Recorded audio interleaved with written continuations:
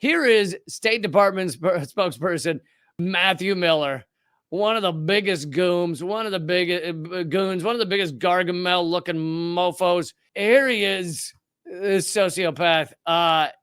And this might be one of the biggest Freudian slips of this ongoing genocide. We've heard a few. This is not the first, but this might be one of the most clarifying. I don't know. Made clear to the government of Israel that we expect them to do everything that they can to minimize civilian harm. We've been through this before. It applies in this situation too. It is a difficult situation. If it is true that you have this site where Hamas is hiding inside a school, other militants are hiding inside a school, those individuals are legitimate targets, but at the same time, they're embedded near civilians. Israel has a right to try and target those civilians, but they also have the obligation to... Did you catch that? Israel has a right to target the civilians? Are you out of your goddamn mind? Let's hear that again. Where Hamas is hiding inside a school, other militants are hiding inside a school, those individuals are legitimate targets, but at the same time, they're embedded near civilians. Israel has a right to try and target those civilians, but they also have the obligation to minimize civilian harm and take every step possible to minimize civilian harm. So he's throwing out all this bullshit about minimizing civilian harm, and then he let slip in there. He clearly meant to say, his conscious mind meant to say target Hamas, but his subconscious mind, which knows that he is a moral, just black stain, just shite stain on humanity, that subconscious that struggles maybe at least a little with the fact that he is an absolute horrible human being justifying the bombing of children, that little piece deep down in his tiny little brain, that piece revealed the truth, which is that the American empire that he represents, that is justifying and allowing this genocide, believes Israel has a right to murder civilians.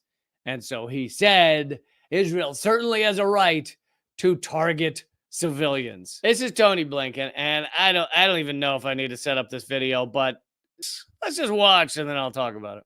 And of course, what separates Israel, the United States, and other democracies when it comes to incredibly difficult situations like this is our respect for international law and, as appropriate, the laws of war.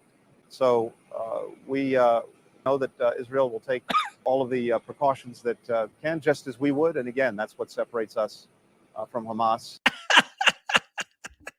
What separates us, the U.S. and Israel, from Hamas is abiding by international law and the rules of war. How in any world does the U.S. and Israel abide by international law and the rules of war? Israel has broken every international war crimes law you could conceivably come up with. I can't even begin to list them all. Collective punishment is illegal. White phosphorus is illegal in international law. Targeting doctors is illegal in international law. Blowing up hospitals illegal.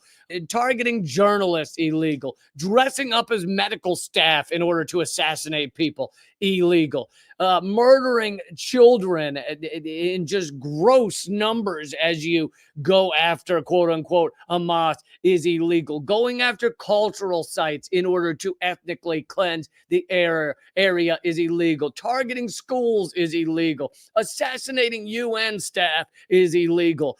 Torturing UN staff is illegal. The sexual crimes that IDF have been involved in are illegal and war crimes.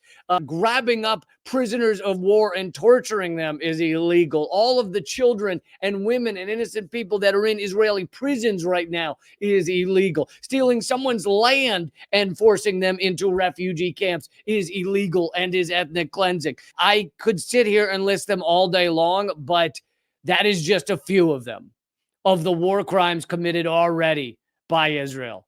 And of course, you can then get into all of the war crimes by the United States. Just an endless array. The United States has killed over 6 million, well, it's estimated 4.5, 6 million people, according to the Brown University Cost of War study, just in the global war on terror, and that number is about 4 years old. So 6 million people, all of those are war crimes. I mean, the breadth, the magnitude of the war crimes by the U.S. empire. And that doesn't even include all of the stuff that is kind of done on the down low, all of the facilitating of coups, all of the assassinations that you can't really point to who did it or how, but it seems to have some U.S. fingerprints or CIA fingerprints all over it. That doesn't even include all of that shit. This is just including straight up war, invasion, obliteration in the Middle East from the quote unquote global war on terror. The list of U.S. war crimes would honestly, you could wallpaper your entire house, like a large house, with that list.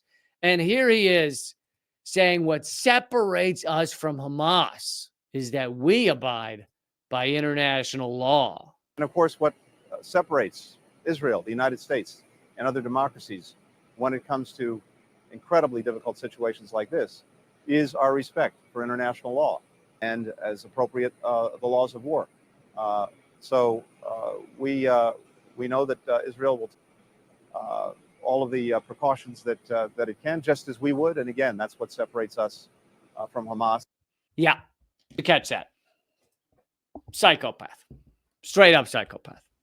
And you know what what's really tough for me, even in the disagreements, like if you see people disagreeing with these so-called leaders on mainstream media, is acting like they should be respected, acting like they should be treated with dignity.